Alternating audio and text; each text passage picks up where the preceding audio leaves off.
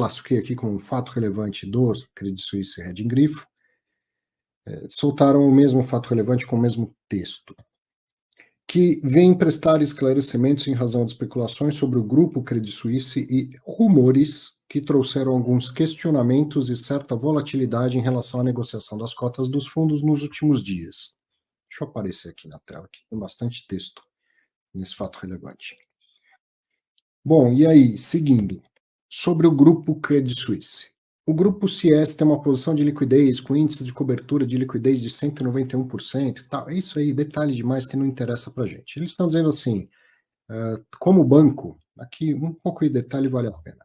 Como banco, né, a indústria financeira toda é regulamentada e segue o Acordo de Basileia, que o Brasil é signatário de um acordo internacional de Basileia, mais de uma centena de países é signatário desse acordo. E significa que os bancos eles têm que cumprir regras mínimas de gestão do seu capital, das suas operações. O banco existe para alavancar, um banco ganha dinheiro emprestando dinheiro para os outros. Só que ele não empresta o dinheiro dele, do sócio do banco, ele empresta o seu dinheiro, o meu dinheiro. Então o banco é uma coisa naturalmente alavancada. Quando você faz um CDB, quando você põe dinheiro na sua conta corrente, o banco pega esse dinheiro e empresta para terceiros em outras taxas e em outros prazos. Então, um banco tem o desafio de fazer gestão de risco de crédito e gestão de descasamento de prazos, a gestão do risco de liquidez. Porque você faz um CDB para 30 dias e ele pega esse seu dinheiro e empresta uma parte para 30 dias, uma parte para 90, uma parte para 2 anos. Então, ele tem todo um descasamento de prazos que é talvez a maior arte do banqueiro é fazer a gestão desse descasamento de prazos. E aí, como eu estava falando da Basileia, então, como o banco ele existe para alavancar uma operação naturalmente alavancada, operações alavancadas podem quebrar, lógico, podem quebrar. E agora, quando quebra um banco, o prejuízo é muito grande para todo mundo. Se quebra uma construtora, você comprou um apartamento na planta e a construtora quebrou, putz, um prejuízo para você, uma dor de cabeça que eu não gosto nem de pensar. Mas o vizinho segue a vida dele, o dono da padaria segue a vida dele. Se quebra um banco, quebra a construtora, quebra você, quebra eu, quebra o vizinho, sabe? Deixar um banco quebrar é uma coisa que não é bom. Então, não é bom por quê? Porque contamina o resto da economia, né? As empresas buscam o banco para financiar suas operações. Se os bancos não estão financiando as outras empresas, a economia trava, o desemprego aumenta, aquela coisa toda. Então, é o Acordo de Basileia, sim, SBS. Basileia, né? Não Brasileia. Então, com as experiências que o mundo foi aprendendo, né, de que não se deixa um banco quebrar, veio esse Acordo de Basileia, a gente já está na terceira versão dele, ele vai sendo aprimorado. E, basicamente, o Acordo de Basileia vai colocar um limite máximo que o banco pode alavancar. Qual é esse limite? É X vezes o seu capital. Mas o que é o capital do banco? O que eu posso colocar como meu capital? Eu tenho um Chevette 82 que eu gosto de carro velho, eu tenho um Chevette 82. Posso pôr no nome do banco e usar aquilo para cumprir o Acordo de Basileia? Até pode, só que ele vai ter pesos diferentes, tá? Tem Tier 1, Tier 2, tal. O que tem peso de verdade? Ativo de qualidade, ativo com liquidez, ações ordinárias do próprio banco, sei lá, CDBs de outro banco, títulos públicos de governos, essas coisas assim. Então, essa parte do texto que eu não vou ficar detalhando muito, estão falando aqui, ó, o grupo tem liquidez com índice de cobertura de liquidez de 191% e ativos líquidos de alta qualidade, é isso que eu estou falando, né? Não tem Chevette 82 lá, tem coisa de alta qualidade, de 232 bilhões de francos suíços no fim do segundo TRI de 2022. Quanto que isso significa 232 bi de francos suíços? Eu não tenho a menor ideia, mas não é isso que me importa nesse fato relevante. Então, essa primeira parte, eles estão dizendo lá que o banco, apesar das notícias, dos rumores, o banco está cumprindo o Acordo de Basileia e tem as suas reservas lá em ativos de liquidez, de qualidade. Bom, os fundos imobiliários, é aqui que importa mais para a gente. Fundos imobiliários são geridos pela CSHG, que é controlada do Banco de Investimentos Credit Suisse Brasil, e as instituições sujeitas à observância da regulamentação local. Conforme exigência regulatória, o artigo 7, agora estamos falando dos fundos imobiliários, o artigo 7 da Lei 8668 de 93, que é a que criou os fundos imobiliários, transcrito abaixo, os bens e direitos dos fundos são segregados e independentes. É ponto. Ponto. Assim, não tinha que ter acontecido nada durante a semana por conta das notícias em relação ao que está acontecendo com o Banco Credit Suisse na Suíça. Mas nada, sabe? Porque se as pessoas que investem em fundo imobiliário não têm conhecimento dessa coisa tão básica, que é difundida, qualquer um que tenha assistido uma aula minha, uma aula de qualquer um já deve saber disso. Qualquer um que leia o Clube News sabe disso, porque a gente publicou há 15 dias atrás sobre o que acontece se um banco quebrar, não acontece nada. Ninguém estava falando de Credit Suisse ainda. Né? Então essa é a coisa que importa, essa é a coisa básica que qualquer pessoa que investe em fundo imobiliário já deveria saber. Que existe a lei que rege os fundos imobiliários, que diz que os bens integrantes do patrimônio do fundo de investimento imobiliário, em especial os bens imóveis mantidos sob propriedade fiduciária da instituição administradora, bem como seus frutos e rendimentos, não se comunicam com o patrimônio desta, observadas quanto a tais bens e direitos as seguintes instruções.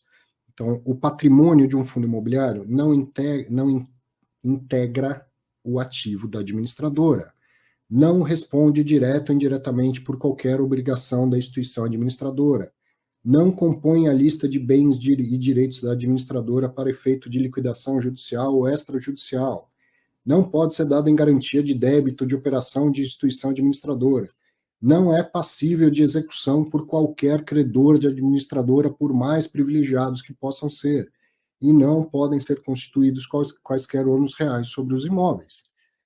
Então, o que acontece se uma instituição que administra um fundo imobiliário quebra? Nada, nada. Eu acho que você que está assistindo o Fatos Relevantes já sabe disso. Eu tenho ciência que tem um público bastante qualificado que segue aqui o Fatos Relevantes.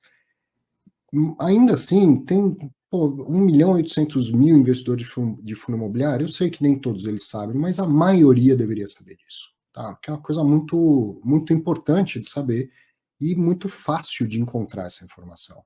Não precisa ler a lei, nada disso. Qualquer busca na internet você vai entender que nada acontece com um fundo de investimento, não precisa ser imobiliário, caso a instituição que o administre quebre, entende?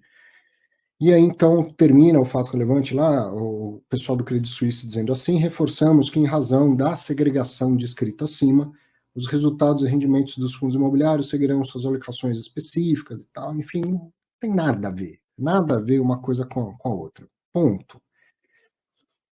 Então, um fato relevante que sequer precisaria ter sido publicado, porque não tem nada a ver e nada vai acontecer com os fundos imobiliários. Mas aí, né, o pessoal do Credit Suisse percebe, deve receber um monte de pergunta e questionamento, vai lá, por consideração ao mercado, solta um fato relevante para todo mundo. Bom, a única coisa desse episódio que me incomoda é o tanto de gente que faz aí os seus conteúdos na internet, em diversas redes e tal, que usa do sensacionalismo para aproveitar a situação e gerar um buzz, mais um clique, mais um seguidor, caramba. E acho que as coisas têm que ter um limite, certo? Tem um negócio chamado ética, que tem que dar um certo limite. Por mais que as pessoas sejam ávidas aí de ter seus seguidores, distribuir suas coisas, precisa ter algum limite. Eu comecei a explicar sobre o Acordo de Basileia por quê? Por que um banco tem essa proteção e a padaria da esquina não tem, a construtora não tem? Porque, como eu te expliquei, se quebra a construtora, 100 famílias compraram aquele apartamento lá na planta, 100 famílias vão ser terrivelmente prejudicadas, mas o resto segue. Agora, quando um banco quebra, existe um efeito macro, sistêmico. E é por isso que economias, que países do mundo inteiro protegem o sistema bancário, a liquidez do sistema financeiro. Tá? Não se faz um alarde em relação a será que o banco vai quebrar? Isso não se faz, porque gera uma preocupação desnecessária em pessoas menos esclarecidas, que pode gerar um problema que não existe, tá? Eu vou falar aqui, você vai falar, não, o professor está exagerando. Se todo mundo combinar que na segunda-feira vai sacar da conta corrente, não precisa sacar suas aplicações, o saldo da sua conta corrente no Banco Itaú, sabe? Combina aí pelas redes sociais, todo mundo que tem conta no Banco Itaú, na segunda-feira saca só o dinheiro que está na conta corrente. O Banco Itaú quebra. Sabia disso? Se há uma corrida de saques para um banco, o Banco Itaú quebra. O Itaú, que tem aquele balanço que é sólido igual uma pedra, super bem gerido, gerando resultado, lucro a vida inteira e tal. Nenhum banco aguenta uma corrida de saques. Então, por que tem todo o sistema de proteção ao sistema financeiro? Porque às vezes bancos quebram. Natural, qualquer negócio quebra e banco não é um negócio diferente dos outros. Se quebra o banco da esquina SA, porque ele estava mal gerido, ou porque houve fraude, qualquer coisa assim, precisa ficar imediatamente muito bem claro para todo mundo. O banco da esquina quebrou, era um problema do banco da esquina, o FGC vai atuar e vai resgatar os depositantes do banco da esquina e o resto do sistema segue todo perfeito. Tá? Não vai ter problema nenhum. Por isso que tem FGC em aplicação financeira. Por que não tem fundo de investimento? Não basta, não importa se seja imobiliário, qualquer fundo de investimento. Por causa de tudo isso que o pessoal do Credit Suisse colocou no fato relevante.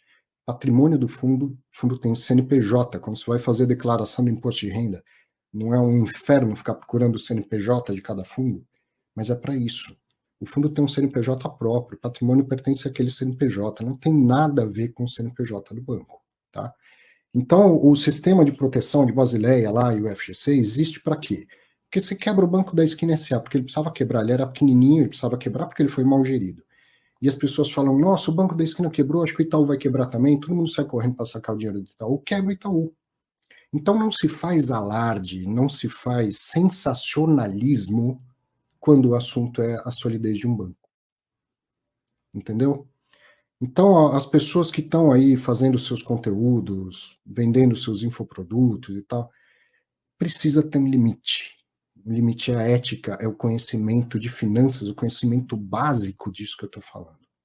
Já falei isso algumas vezes. Quando uma pessoa que se propõe a fazer conteúdo de finanças se dedica mais ao marketing do que as finanças, tem algo de errado nessa história.